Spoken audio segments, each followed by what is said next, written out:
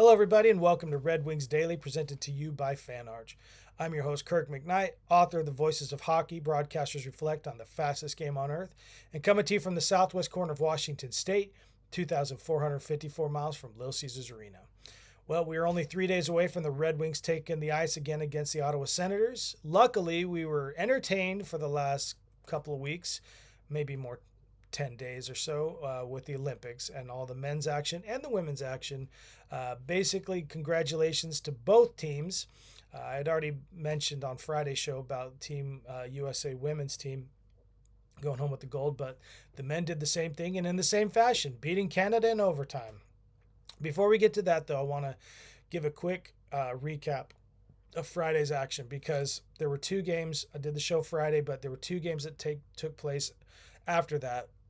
And there were two finals that took place after that. Finland lost to Canada 3-2 after having a 2-0 lead against Canada. Finland lost the lead, and then they lost the game basically in the last minute of the third period on a goal. So Finland has to settle for the bronze medal game on Saturday. The second game on Friday was U.S. versus Slovakia, and U.S. beat them 6-2. Larkin scored once again the first goal for Team USA. He did that same thing against Sweden. So basically it set up the gold medal game between the U.S. and Canada, something we all figured was going to be the end result, and we were hoping for after the Four Nations face-off last season. And kind of the bitter pill that they had to swallow, losing in overtime after having a lead in the third period, but giving up the lead and then giving up the game in the Four Nations face-off. It looks like they were ready for this to happen again. The Kachucks were chirping all year. So setting up, let's do the bronze medal game real quick. Saturday, it was 6-1 Finland over Slovakia. Now remember that Finland lost the opener of their tournament to Slovakia. Kind of a sweet revenge to basically get that bronze medal.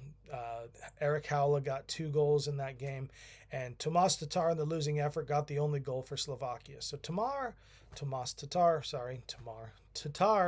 had 2 goals and an assist in the tournament, and that's pretty good for somebody who's not even in the NHL right now. And a former Red Wing and former Golden Knight, just happy to see him show up and lead his team, or not lead his team. I wouldn't say he's leading the team, but he's one of the players who were effective for the team, especially in the last couple of games or not, and showing a little bit there. So congratulations to you, Tatar, for still having a little bit of relevance into you. All right, gold medal game, Sunday. We're all up at 5 in the morning on the West Coast, and here we go. Matt Boldy, about a few minutes into the first period, kind of does like a dribbler. Kind of like, I think Eddie Olczyk or Kenny Albert, one of them said, that Matt Boldy kind of did a move that y'all do when you're sitting there talking to yourself while you're playing, like he's in the lead, he's got the breakaway. And that's the move he puts on, and he beats Bennington. Like he beats the defender back. He's out skating him. He's got himself setting himself up for the shot, and he gets a goal. So U.S. is up 1-0 on Boldy's goal. Makar scores with about maybe a minute and a half, minute 45 or so left to go in the second period. It's obviously really intense throughout the third period, and Canada seems to be always just knocking on our door. I will mention there was a 5-on-3 at one point in the game. It was before Makar scored that game-tying goal, but when Canada was on that 5-on-3, it was for a good minute and a half, and I thought that for sure that they were going to be able to put a goal past the United States, and they didn't. And this is, once again, a little testament or a little basically tip of the hat to Connor Hellebuyck for how he was able to hold it together and maintain his composure. Ended up with 41 saves on 42 shots. Game goes to overtime. Jack Hughes snipes it. U.S. wins it. It's 46 years to the day since they beat the Soviets. So 46 years since they beat the Soviets, not 46 years to the day since they won the gold. That was the semifinal game, a lot of people forget. There still was a whole nother game to be played for the U.S. in 1980 after they beat the Soviets. They still ended up winning the gold. They won the gold yesterday. Obviously, a big, huge celebration. I congratulate Kenny Albert for being on the call for that. And basically within the calendar year of calling Ovechkin breaking Gretzky, here he is calling the U.S. beating Canada for the gold. So what a year it's been for Kenny on the air, on the national and on the world spotlight. So congratulations to you. Going specifically to individuals, let's go to the final leaderboard for the Olympics. Now, Connor McDavid did win the tournament MVP. I have a protest about that because it's the same protest I had when Connor won the Conn Smythe the first time of 2 years that the Oilers lost to the Panthers in the Stanley Cup final. I felt like that was Bobrovsky's Conn Smythe, not McDavid's. Yes, I get it. He had so many points. He had over 40 points, and obviously that in and of itself is a huge feat. But Connor, I feel like Bobrovsky bested you for that. He should have gotten it. But more than anything, Hellebuck bested you in this tournament, and yet you still win the MVP. Let's look about a little bit of Hellebuck, what he was able to do. So goaltenders, I feel Hellebuck, 5 wins, a .956 save percentage, 131 saves on 137 shots. So there's your goaltender right there. With a 5-game pool. You know, Logan Thompson actually had a .960 save percentage, but he only played 1 game. I mentioned this before when we did the leader before. So to me, the real MVP between the pipes and on the ice period was Hellebuck. McDavid did have 13 points. That was a record, and he had 11 assists. Honorable mention to me should go out to Macklin Celebrini for having double-digit points. Such a young kid and having such a great year for the Sharks, but had a great tournament as well. He's the only other player besides McDavid who had double-digit points. I'll get to Raymond in a second. We obviously know he had quite a bit of points too, but he did not get to double digits. So plus or minus for the bronze-winning Finland, Ristolainen and Mikkola both had a plus or minus of, I believe it's 9. And Tays and Jack Hughes both had that same plus or minus. So that's the leaders in that. And then I believe Hlavak of Slovakia had 159 total saves, but like I said, he was on the losing side. And then Saros had 157 saves. So just a couple of saves less than Hlavak, but he got him in the end because he ended up getting to the gold medal podium, or not gold medal, but the bronze medal podium. So basically, specific to the Red Wings, here we go. I want to talk about the 3 players. Larkin with 2 goals and assist. But the real MVP as far as the Red Wings goes with the tournament, I did mention that Celebrini had 10 points, but coming in basically third in points was Lucas Raymond, playing for Team Sweden. He had 8 assists, which was second, and he had 9 points altogether, which was third of the players in the tournament. So he showed up the most as far as points goes and production goes. Larks ended up getting those 2 goals against Sweden and against Slovakia before the gold medal game. He was on the ice when Jack Hughes sniped that winner, but he didn't even have the assist on that. That's what's funny. It's a 3-on-3. So you got to think that both the players out there, defensive and offensive, that are the non-goal scorers. So Zach Werenski is the defender out there on this 3-on-3. Larkin's out there as well when Jack Hughes snipes and gets the goal. But the second assist goes to Hellebuck, not Larks. So Hellebuck, not only did he have 41 saves, but he had an assist on one of the 2 goals for Team USA. But the third Detroit Red Wing that was in the tournament was Seider. He had 2 assists. So not too bad. Great job. Great show for you, Raymond. Obviously, I think that Sweden ended up being the 7th, I guess. When they tally it, they were 7th in the tournament. So Seider was even less than that. And I think Germany was even lower than Sweden in that. But Seider has 2 assists. Larkin had his 2 goals and assists. So basically, altogether, 9 points, 12 points, 14 points altogether combined for Red Wings during the Olympics, and 1 gold medal. Fantasy team, I thought this might be of interest to you guys. For the fantasy team, Makar, 2 goals and 4 assists. He's on my fantasy team. Seider with those 2 assists I just mentioned. Zibanejad was another 6-point scorer, 3 goals and 3 assists. Tage Thompson, 3 goals and assists. Mark Stone, 2 goals and 2 assists. So that's why I'm in first place, folks, because I have players like that. I don't have McKinnon. I don't have McDavid. I don't have Mick and Mac, but I do have Makar, MckNight. There you go with the Colorado Avalanche. I think that somebody's got to be picking up on that. Still, that's been a great tournament to watch. It was great to see us in action. You know, Larks and when Larks would play against Cider, when Germany played the U.S., and then when Sweden played the U.S., just, you know, obviously you're in a different zone. You're competing against each other instead of alongside each other. And now they get to go back to being friends again. A lot of people were saying now these guys have to go back and be on the same team after they sat there and punched each other's teammates in the face a couple times and boarded them. Now they probably have a little bit of answering, but it'll be fine. All right. So as of last night at 11:59 Eastern, the trade freeze was lifted.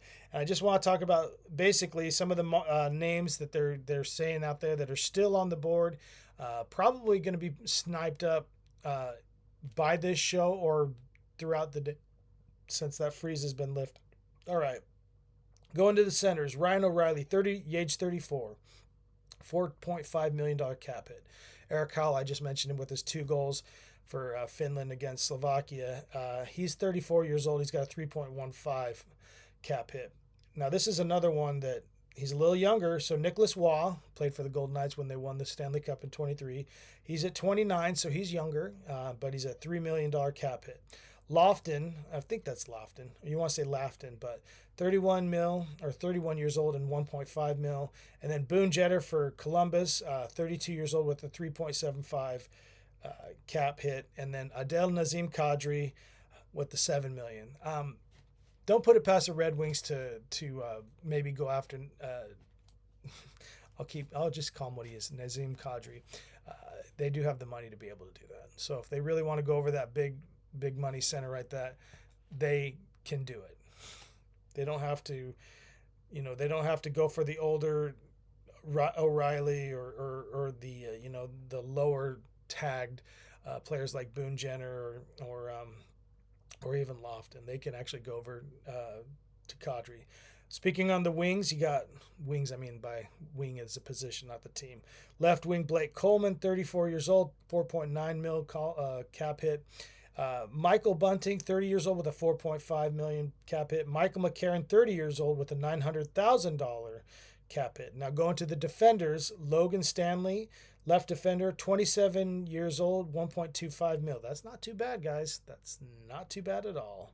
That actually might be another target. I've been talking about Dougie Hamilton and Justin Falk, but look at that. That's a pretty attractive little, especially he's 27 years old. That's a pretty attractive little price tag on there.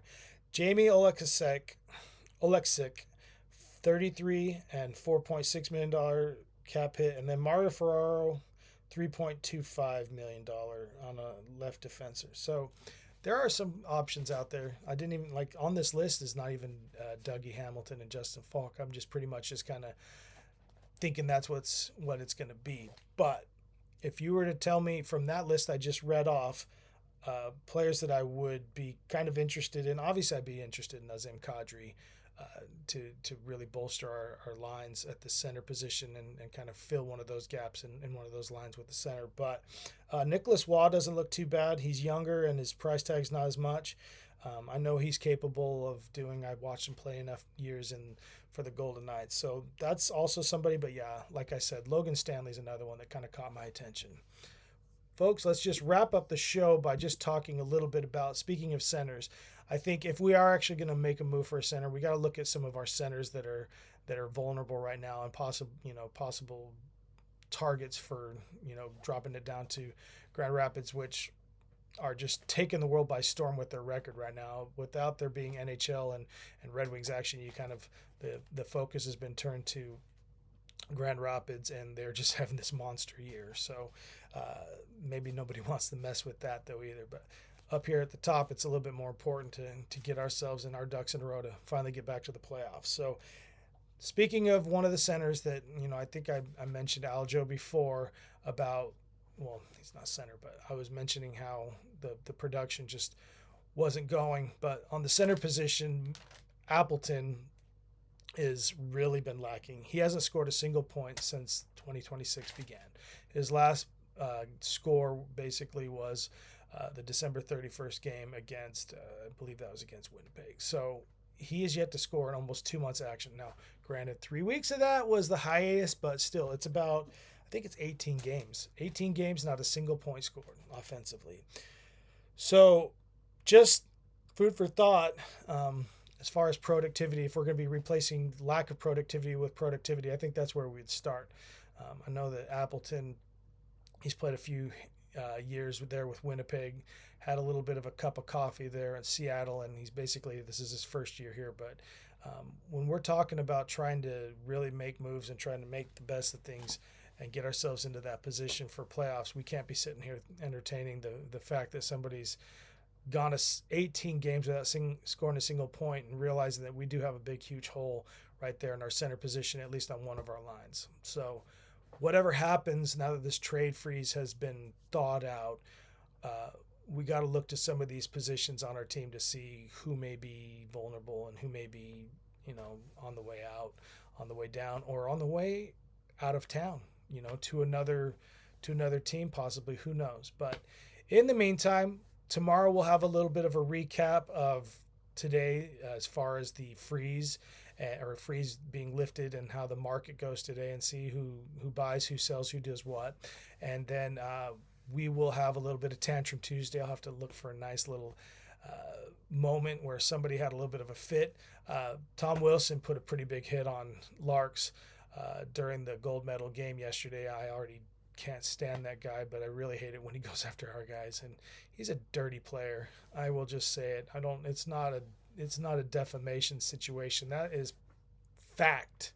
So that is the number one. Truth is the number one defense against defamation and slander and all that. So yes, you're a dirty player, Tom Wilson, and I don't like how you smacked around Dylan Larkin yesterday, but he got the best of it, and you had to shake his hand and look him in the eye as a silver medalist. So that's been our show today, folks.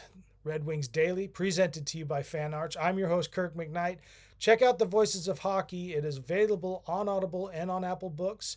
If I didn't mention already before, we're about 75,000 views on the channel, so thank you. And please continue to subscribe and continue to view the channel as we grow more and more. We're going to have more Red Wings action as soon as we get back into the ice again, and we'll have a lot more to talk about and recapping games, and obviously we'll see what moves the Red Wings make, if they make any, now that the deadline is now approaching and the training wheels have been taken off and we can actually start making moves again. Until then, LGRW from the PNW.